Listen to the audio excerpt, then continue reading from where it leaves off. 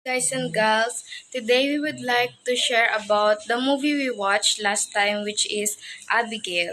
So, here is my sister Clarel and Lala Fe. Hi! Let's talk about it while we eat our merienda. Oh, Ikaw naman. magandang hapon po. Ako po, gusto ko na po i-share yung napanood namin ng isang araw na Abigail.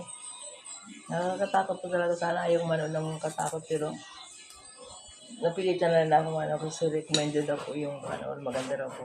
Ganda naman po talaga, nakakatakot talaga, lalo na yung isang doon na yung lalaki na naputulan ng leeg. Nakakakilabot. Saka, magugulat ka talaga sa mga scene. Nagbigla na lang. Kabe, Tinood namin po Abigail. So, nagulat po ako doon. Nagsarado po yung bintana. Gabi po, oh, ganon. Then, nag-away na po sila. Then, napugutan yung ulo. Yung mga kalaban nila, dinala na sila doon. Tapos, nagsarado bigla yung mga bintana. Ganun. pa yung pala, isa doon yung, may sinubo sa doon sa isang lalaking doon. Ay, may tinulungan po siya ng babae doon kay Abigail.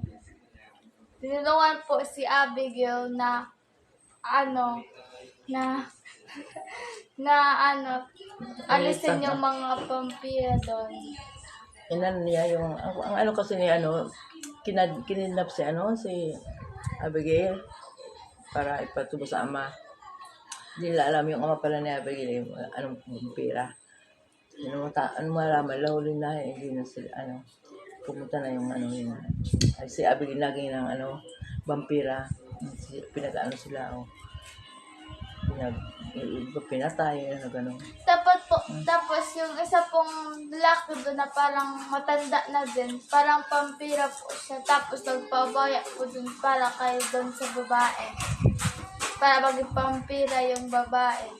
Yung parang pampira yung lalaki. Po. Yun lang, Yun lang po. Bye-bye. Have a nice